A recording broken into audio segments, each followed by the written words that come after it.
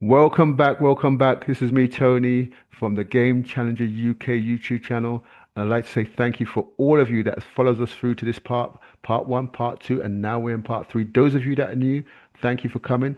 But I really seriously advise you go and look at part one and part two, where we challenge the idea that crypto itself is a scam. And then we find out that it's fear, misinformation, and lack of education that's kept our communities out of this amazing opportunity. Today, we're talking about real numbers, real stories, and real impact. We're going to be looking at Nigeria, the leading global crypto adoption, to how crypto has helped people where traditional systems have failed them, the banks and so on. So, what I want you to do is just lean back, get yourself a coffee, get yourself a tea, whatever you want to get yourself. And if it really matters to you and your community, breaking free into financial independence, out of the control of centralization, then guess what? Like, share, and subscribe and comment. Click on the like, click on the share, click on the subscribe, and definitely comment and share it as many times as you can. So that's me, Tony. I'm going to go over to the studio. Let's go. Bose, just adding a bit on yours. Do you think crypto is closing or widening the economic gap? I think it's actually going to be, it's already making a big impact in Africa and Asia. So therefore, it is actually closing the economic gap. And the reason I say that is because in Nigeria, 40% of the adult population are using crypto. They own crypto. 47%, which is fantastic, you know. And Nigeria is actually leading the way in crypto in Africa. They are ranked as the first of the highest total of volume of crypto transactions.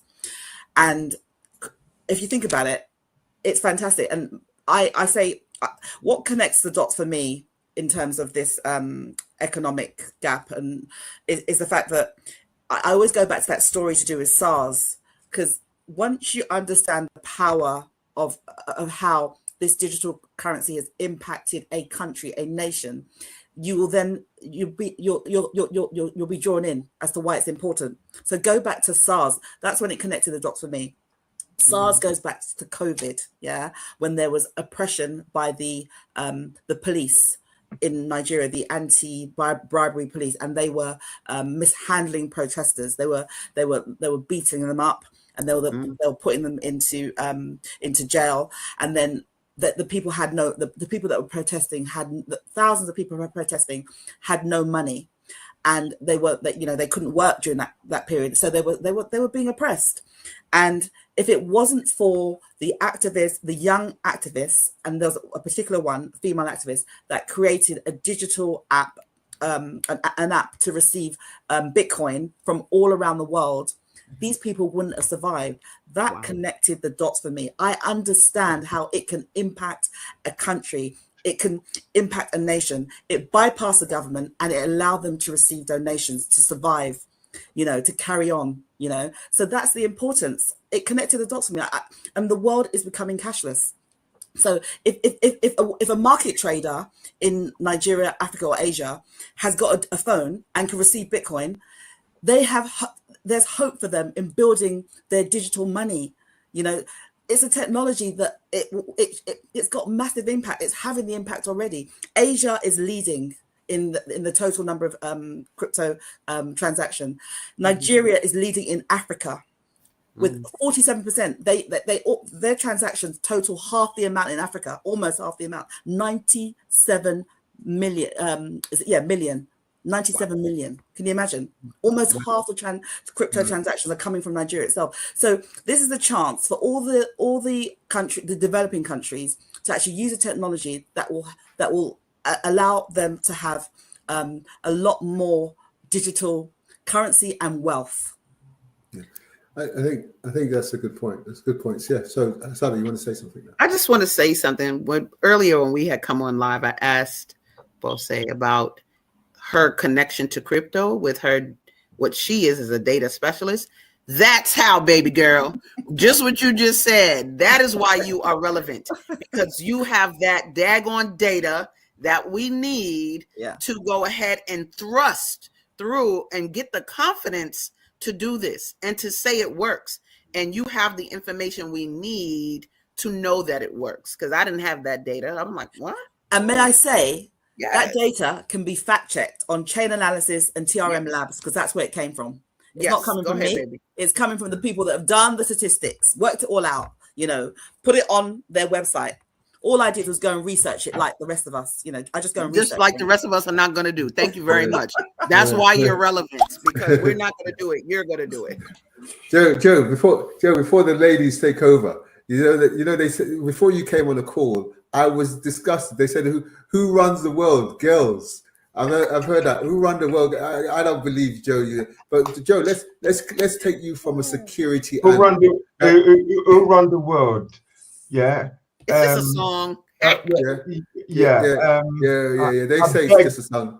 I beg to differ somewhat. Okay, good. Yeah, Joe, let's get you from a professional point of view. James Brown says, "Man rule the world." Anyway, that's another matter. Yeah. All right. So Joe, let me just come in here from a security angle also. So do you think the Black community are being targeted more for crypto scams, or is it equal across the population? What do you think? I don't think ethnic minorities got anything to do with it. I think what it is that the ethnic minority are not all. I'm not generalizing. Here. I'm not generalizing. I'm just saying that we need financial education in order to understand crypto. We need to know that we still believe in the philosophy of work till you die, work until your pension, without financial independence. And I just wanted to add to Bose said, the key to crypto is financial independence, bypassing the centralized system. Keep on repeating and becoming centralized. Our government are putting hands in every transaction we make. If we make a little profit, if we sell a pair in the high street, the one that pours on it. Yeah. But we need our own financial independence. Yeah. But I don't think, just to answer your question, I don't think Black people are being targeted. You may think they've been targeted because lack of education. Yes, you could say that, because you hear so many good things about crypto. You can make this amount of money within a certain amount of time, and there's no such thing as quick money, but there's such things as educating yourself in financial independence. That's why my findings and research show that we need financial education, and we're not particularly being targeted in terms of our ethnic background.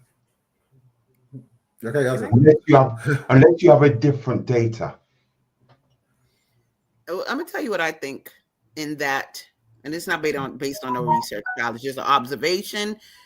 I think we create our own verbiage around scam out of fear.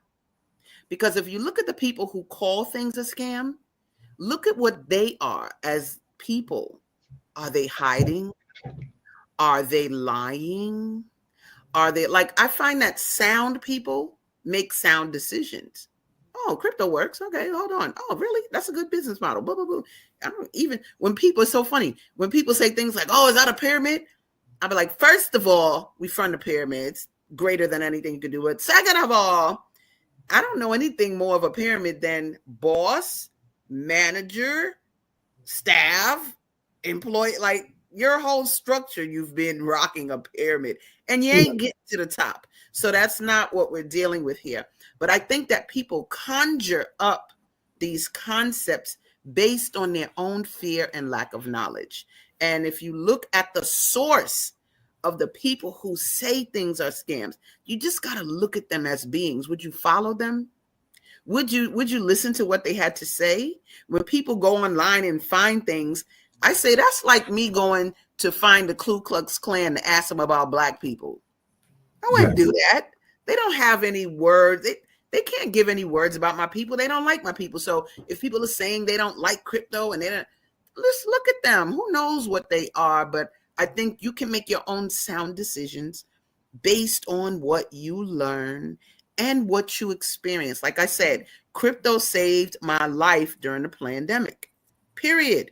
I could not go out and do any work, but I was able to be home and work with crypto. And that is what we lived off of from 2020 to now, you know, to the point where I even wrote a book to help other people know more about the industry. Right, fantastic, guys.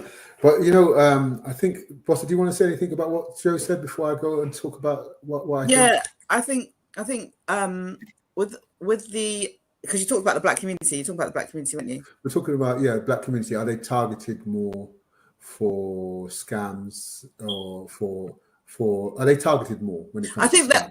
I think that they are in some cases, and I'm not saying that it's in isolation, but there are in some cases, because some of the people that I've met that have been victims of scams, they've been part of big church networks, and they've had someone come and talk to not necessarily the congregation, but a lot of people in their church about an investment scheme, and then they've all joined that scheme, and then, as I said, the rug's being pulled from under them. But it all boils down to lack of education, lack of financial literacy.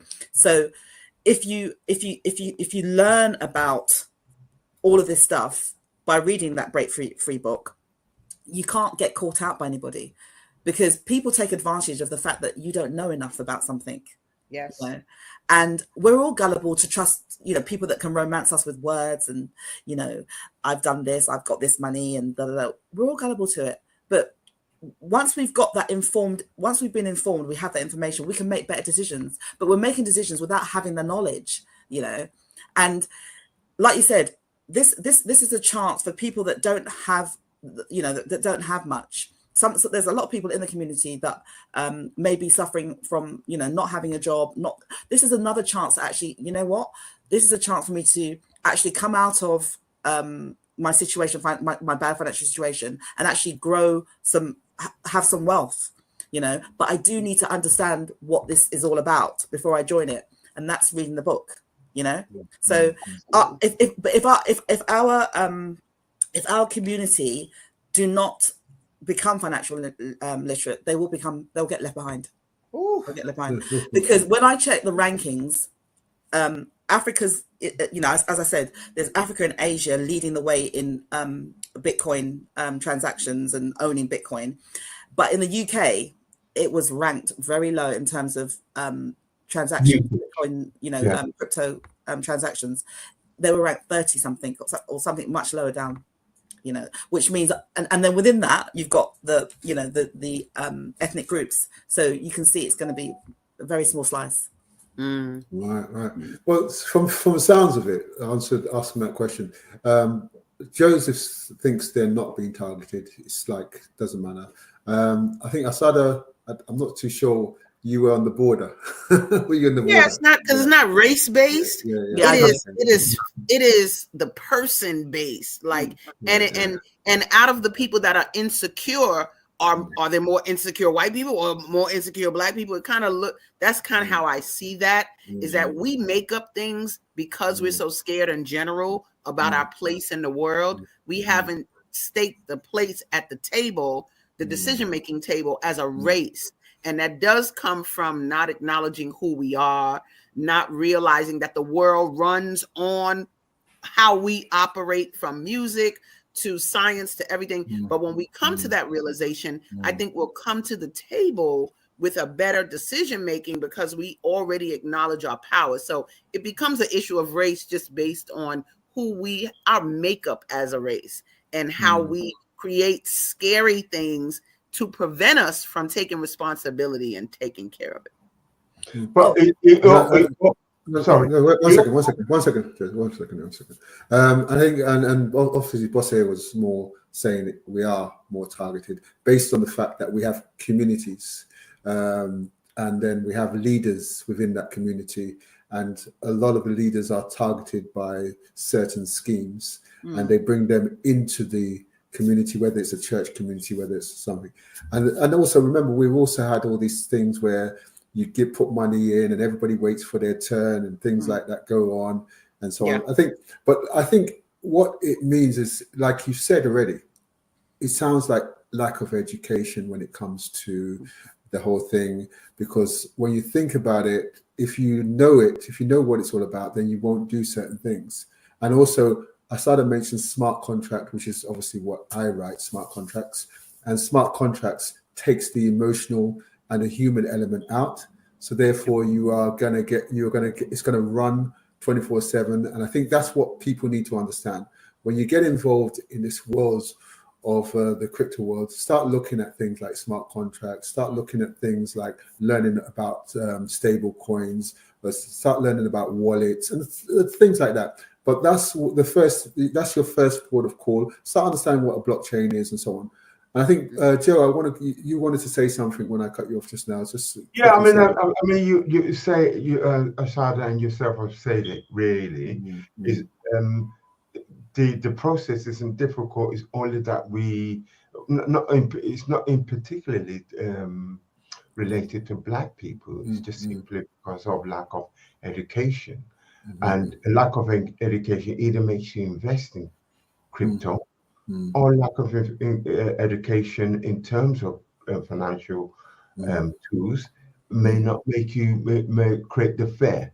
But I also like to add what everybody's been saying is that there's a lot of media being published regarding crypto scam. Yeah. And that sort of put some people off, but because they have not read or educate themselves, they take word for word what the media is basically publishing, and they have not bothered to deep into what type of it is, and they have not understood that you only get scammed by human error, rather than if you educate yourself, you'll make the proper decision. Yeah. Well, I think that's good. That's a good point, Joe, because usually if there is a crypto scam, it's blown up. Bam, big news. Bam, big news. It's like there was one recently where a Chinese woman, and it says crypto queen, bang, $10 billion worth of Bitcoin found. And you think, wow, 10 billion. And what she did is she scammed all these people. Yeah. And I'm thinking, she's got 10 billion. Surely she could pay these people back. but and then they asked the person, so what's going to happen to all these crypto coins you've got? And are you going to give it back to the people, or does it become the government's whatever? And they kind of smirked and said, well, we'll see what we're going to do with that 10 billion. So I think we've got that problem whereby whenever there's something bad about crypto, it's blown out.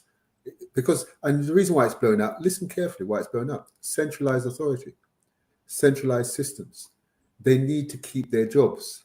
Yeah. At the moment, the wealth is earned by the few. Yeah. And if the few can keep that happening, they don't want you to know about crypto.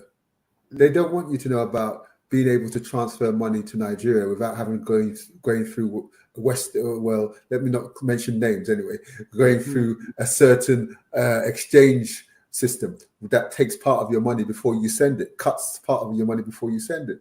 Yeah. Whereas this transaction fee is very minute. You won't even feel it, and it's going to be there in seconds. And you don't need to bring your passport or your ID card or anything like that, because as soon as it hits your phone. So these are things. And I think, Assata, before we go on to the last segment that we're going to look at, is could crypto become another system where the rich get richer unless communities get educated early? Could it be? So the only advantage that the rich have is that they have been rocking with crypto for over a decade, right? So in terms of timing, they've had enough expendable money to do some things in crypto. So they started early. Like I started when crypto was like $1,000, Now, but We could give them a run for their money now, though, baby. Before, you would look at somebody rich and be like, one day I want to be like that, or whatever you're talking about. But with crypto, I can give you a run for your money because there are no boundaries on me and my community making it. When you go to the Black community in America, guess what is everywhere? In gas stations, ATM, it's Bitcoin ATMs throughout the whole Black community in America. Why? Because there's been a certain population in the Black community that's been using Bitcoin for over a decade. Now, not going to talk about that, but the point is we just need a plan. We just need a plan. And it doesn't have to be that there's a big gap between the rich and the poor anymore. The only thing is just what each group believes they can do. What do they believe they can achieve? And I think that those of us that are not used to wealth have an issue with becoming it. How can I become something I don't have a frame of reference for? Like, I don't even know anybody rich other than, she sings and he plays ball or whatever. But to get this education, I'm going to tell you, it warms my heart on a daily basis to hear the common man say things like, you want me to go back and press the go choose my wallet address? Because I could send it over to my MetaMask. I do have MetaMask. Like the regular lady with a headscarf on, talking about telling her friend, look, this one lady one time was like, I'm not technologically advanced. I can't. In 2 days, here she go on the phone with her friend. Girl, just go down. Now scroll down a little bit. Now go press see where it say wallet. Now go. And I mean, she was just running it. And I'm like, look at the skill set.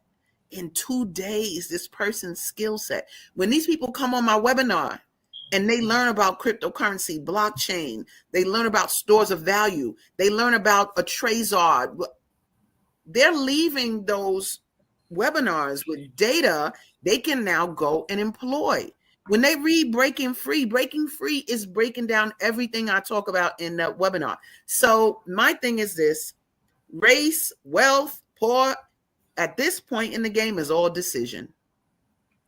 You ain't going to decide your race, but you can decide your socioeconomic level, though, at this juncture, because you can come in the crypto world and you can just put your head to the ground and make it happen, and nobody can see anything. They can't say, wow, there's a lot of wealth being born in the zip code of this and this and that. Talk about the Black community. They can't look. You can't even tell where Bitcoin is growing. You can't tell, So we will lessen that gap if we just get rid of our fear and then get to planning for ourselves and get confident that nobody can do anything to you. This was made so that the people can have power, and we just got to be comfortable with having power. So, Rich, here we come, baby. Don't you worry. We'll get here in a minute.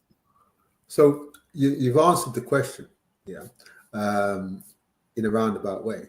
I do roundabout. Yeah, that. Yeah.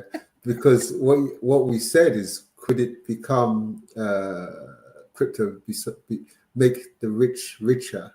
Yeah, if the communities, the Black community especially, don't get educated. So what you've said is your education, and people attending your education will be able to obviously be a force to be reckoned with. Yeah. Am I right? Yeah, we'll create a dent in that bad boy. That's my goal. But the opposites, the flip to that is, if they don't get educated, then the rich, crypto will be now for the rich, which will make them richer. Yeah. I also like to add, scammers attack community that easily influence. Yeah. And not educated. So they're easily to persuade them to their ways. Yeah. So that's not particularly associated or connected to Black people, but that is the concept they use in order to exploit an environment. Church, as you mentioned, that has major influence, but no education on these financial tools. Mm-hmm. Yeah. Great. All right, let's pause that there. Thank you, our special guest, Queen of Crypto, Assata. And I thank you, Bose and Joe, for always being there, always challenging, always coming up with some more information. Guys, the facts don't lie. Yes, scams exist in crypto, but it's only a small fraction of it. But meanwhile, there are lots of people, millions of people that are building wealth, independence, and opportunity through the crypto. Calling crypto a scam is usually the real scam because fear and also ignorance keep people locked out of this amazing opportunity while the others go ahead. The future of money is already here. The question is not if you're going to be affected, it's whether you're going to be educated or excluded. Educated with breaking free or excluded and become a casualty of it. Now, in the next part, we're going deeper. Can you believe we're going even deeper? We'll expose who actually benefits when crypto is labeled a scam. Think about it. There's some people that benefit when crypto is labeled a scam. How misinformation widens the wealth gap. Again, we're falling for that now. Yeah. And also practical ways of how you can protect yourself and avoid all the traps and scams. So what I want to say to everyone, tune in to the final part 4. And I'd like to say again, thank you very much for coming on. Remember, if you really do care about this, if you really do care about breaking free from centralization into decentralization, if you really feel so badly about becoming financially independent and not being reporting to people, guys, please share, like, subscribe, and comment. That's me, Tony, from the Game Challengers UK YouTube channel. We challenge the game. Thank you.